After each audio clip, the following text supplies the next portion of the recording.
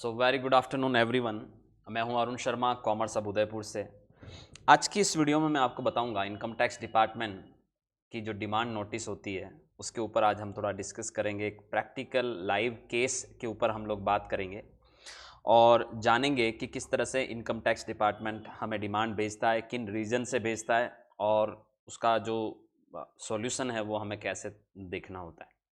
तो देखिए मेरे सामने देखिए ये एक ईमेल आईडी है। कभी भी ध्यान देना, आपको जो डिमांड नोटिस है वो आपको जो रजिस्टर्ड ईमेल आईडी है उस पर भी मिलेगा और ईमेल आईडी के बाद आपको अपनी इनकम टैक्स पोर्टल पे जाके उसको क्रॉस चेक करना होता है। ओके, तो ये हमारे पास आप देख सकते हैं एक डिमांड नोटिस है और ये इसको मैं थोड़ा सा स्टडी करके आपको समझाने की कोशिश करूँगा कि ये नोटिस क्यों आया है और किन वजह से आया है। तो देखिए यहाँ पर साफ तौर पर आप देख सकते हैं लिखा हुआ है कि as per our records find the below outstanding demand and interest payable under section 220 sub section 2। अब ये एक बहुत इंपॉर्टेंट रीज़न होता है। जब भी आपको कोई भी डिमांड नोटिस आएगा तो आपको उसके पीछे रीज़न होगा कि वो नोटिस क्यों आया है।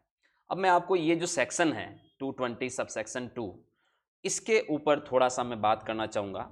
इनकम टैक्स का जो सेक्शन है 220/2, ये हमेशा ध्यान देना। आपको इस सेक्शन में अगर कोई भी डिमांड आई है तो इट मीन्स आपने टैक्स का डिले पेमेंट किया, किसी डिमांड का कोई टैक्स की पहले डिमांड आई होगी और आपने उसका डिलेड पेमेंट किया है, यानी समय पे पेमेंट नहीं किया, उस वजह से आपको इंटरेस्ट की ये डिमांड है बेसिकली। तो टैक्स डिमांड, डिलेड पेमेंट और उसके ऊपर आपने इंटरेस्ट की लाइबिलिटी बनी और इंटरेस्ट की ये डिमांड आती है इस सेक्शन के अंतर्गत।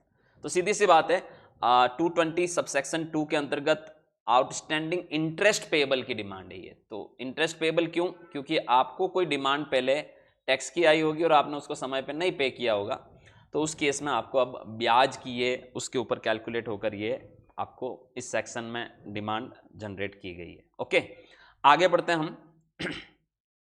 अब देखिए यहाँ पर दे भी रखा है उसका डिटेल कि ये 2011 असेसमेंट ईयर का मामला है। अभी मैं आपको ये इनकम टैक्स पोर्टल पर भी आईडी में जाके भी, आईडी में मैंने ऑलरेडी लॉगिन कर रखा है, मैं बताऊंगा उसमें।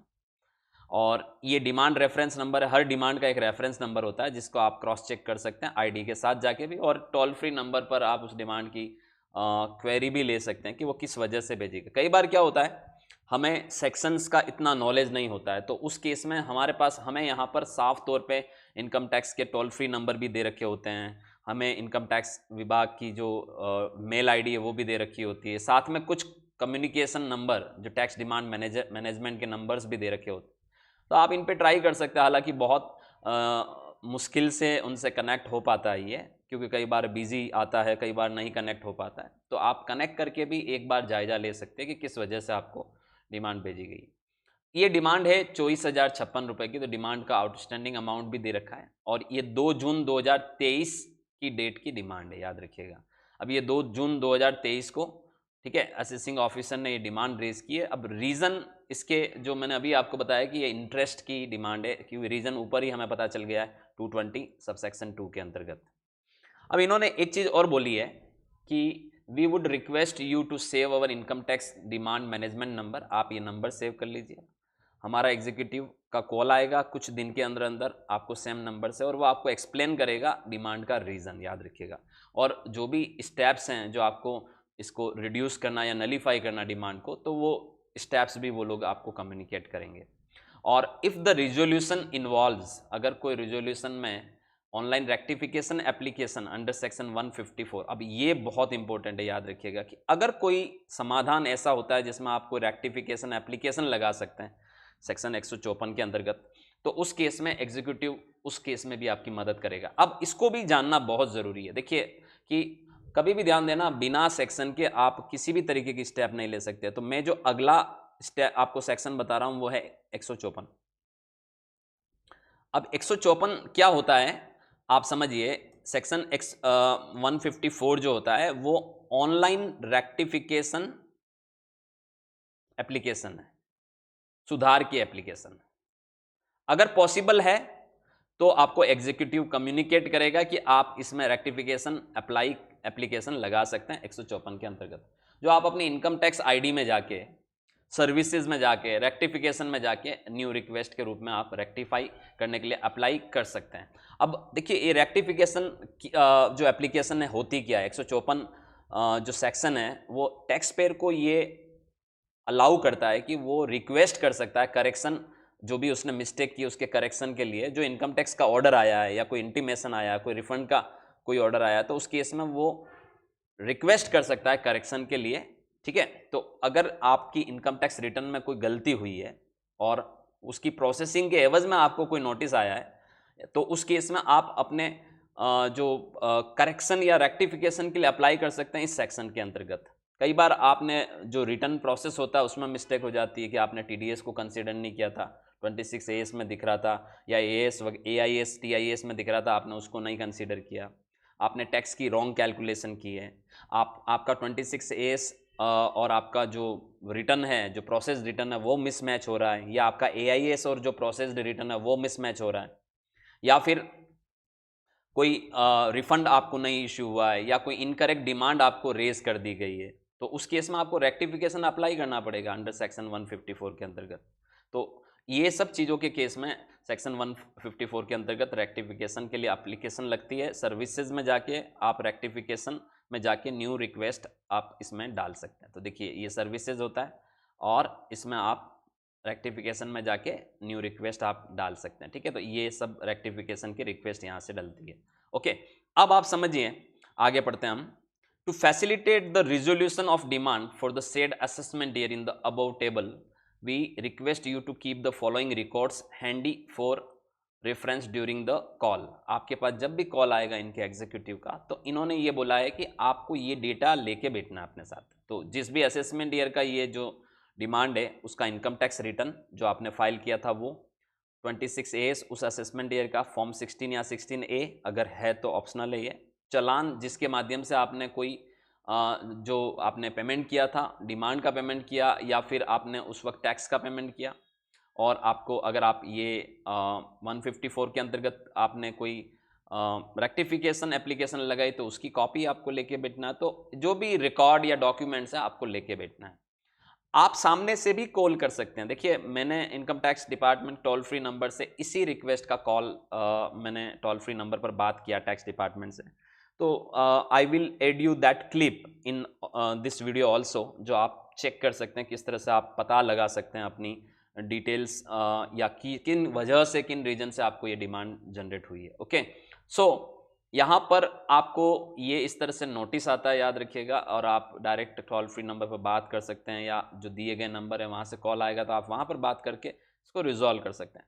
अब सवाल ये आता है कि अगर आपको कोई रेक्टिफिकेशन एप्लीकेशन लगानी है कि गलती आपके एंड से हुई और आप रेक्टिफाई करें, तो उसके लिए समय कितना होता है। तो याद रखिएगा जिस भी फाइनेंशियल ईयर का में जो ऑर्डर आया होता है उसके 4 साल के अंदर अंदर आप सेक्शन 154 के अंतर्गत ऑनलाइन रेक्टिफिकेशन एप्लीकेशन लगा सकते हैं। याद रखिएगा 4 साल निकल गए उसके बाद आप नहीं फाइल कर सकते।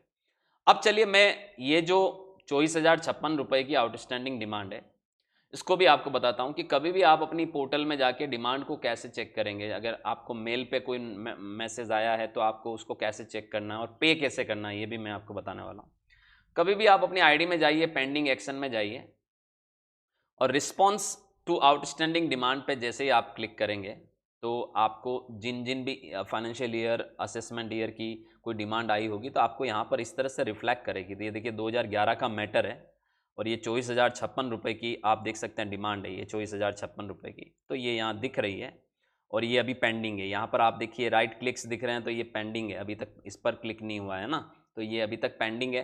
दूसरी बात है कि एक और डिमांड यहाँ पर कोई आई थी इनको 2014 में 7,380 की, तो वो डिमांड एक्सटिंग्यूज्ड कर दी है। एक्सटिंग्यूज्ड का मतलब है कि उसको ख़त्म कर दिया, डिपार्टमेंट ने उसको क्लोज कर दिया एक तरह से। ओके, और ये जो सेक्शन यहाँ पर दिख रहा है आप देख सकते हैं 143 सबसेक्शन 1A के अंतर्गत आपको ये डिमांड भेजी गई है। तो ये जो सेक्शन होता है ये प्रिलिमिनरी चेक्स और एडजस्टमेंट का सेक्शन होता है। जैसे इनकम टैक्स डिपार्टमेंट ने जब भी आपका रिटर्न प्रोसेस किया होगा और उस प्रोसेस करने के अंतर्गत कोई आपको जो 143(1) का जो प्रोसेस का नोटिस भेजा होगा उसके अगेंस्ट में आपको अगर कोई क्लैरिकल एरर है तो उसका ये आपको एक तरह से नोटिस आया होगा। ठीक है, तो ये सबसे प्रीलिमिनरी स्टेज होती है, याद रखिएगा, क्योंकि इस स्टेज के बाद ही स्क्रूटनी में या डिटेल्ड असेसमेंट में जाता है मामला। तो ये बिल्कुल बेसिक स्टेज पर आपको ये डिमांड जनरेट की गई होगी, तो कोई क्लैरिकल एरर हुई होगी आपसे, तो उसकी ये डिमांड थी। एक चीज़ और बताता हूँ मैं आपको, ये 2011 का असेसमेंट ईयर का मामला है, और आज मैं कौन से ईयर में आपको ये केस स्टडी बता रहा हूँ, आज मैं बता रहा हूँ आपको 2025 में 8 मई के दिन ये क्लास ले रहा हूँ। और आपको ये भी बता दूँ कि ये जो डिमांड भेजी गई है ना, ये डिमांड नोटिस अगर आप देखोगे तो ये कौन सी डेट का ये मेल है, ये 6 मई के दिन का मेल है, याद रखिएगा। कितनी तारीख का मेल है? 6 मई को ये भेजा गया, याद रखिएगा। ये देखिए कम्युनिकेशन डेट 6 मई 2025। तो इससे आप ये भी पता आपको ये सीखने को मिलता है कि मामले कितने ही पुराने हो, अगर कोई पैसा बाकी है तो इनकम टैक्स डिपार्टमेंट कभी अपना पैसा नहीं छोड़ेगा, ब्याज तक नहीं छोड़ेगा। और ये डिमांड पूरे ब्याज की अमाउंट की है, आपको मैं ये भी बता दूं। अब आपको इसका थोड़ा सा मैं बेसिक डिटेल जरूर बताना चाहूंगा। मामला क्या हुआ था, इनको आप अगर ध्यान से देखेंगे, मैं वापस से आपको इसको थोड़ा सा पीछे जाके बताता हूं। आप अगर ये यहां से यहां पर व्यू करोगे ना, आप ये व्यू में, तो आपको यहां पर आएगा कि इनको जो डिमांड भेजी गई थी पहले 19,480 रुपए की डिमांड भेजी गई थी, ठीक है, 2011-12 असेसमेंट ईयर की। ऑलराइट, 19,480 रुपए का कोई क्लैरिकल एरर होगा तो उसकी कोई डिमांड इनको भेजी गई थी, ठीक है।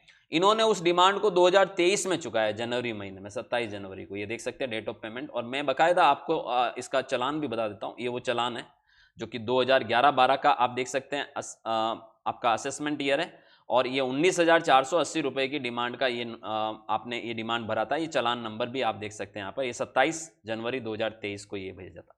अब डिपार्टमेंट ने इस डिमांड के ऊपर इंटरेस्ट कैलकुलेट करके अगेन एक डिमांड जनरेट कर दी। तो ये आप यहाँ पर ये देखिए कि ये जो 19,480 रुपए पर आपका एक तरह से ब्याज बना है। अब आपको मैं ये भी बता दूं, मैंने इनकम टैक्स डिपार्टमेंट से जब बात की तो इन्होंने बोला है कि सर ये असेसमेंट ईयर 2011 का मामला था, और जब आपने इसको चुकाया तब काफ़ी देरी से आपने इसको पे किया, आपने इसको पे किया 2023 में, ठीक है।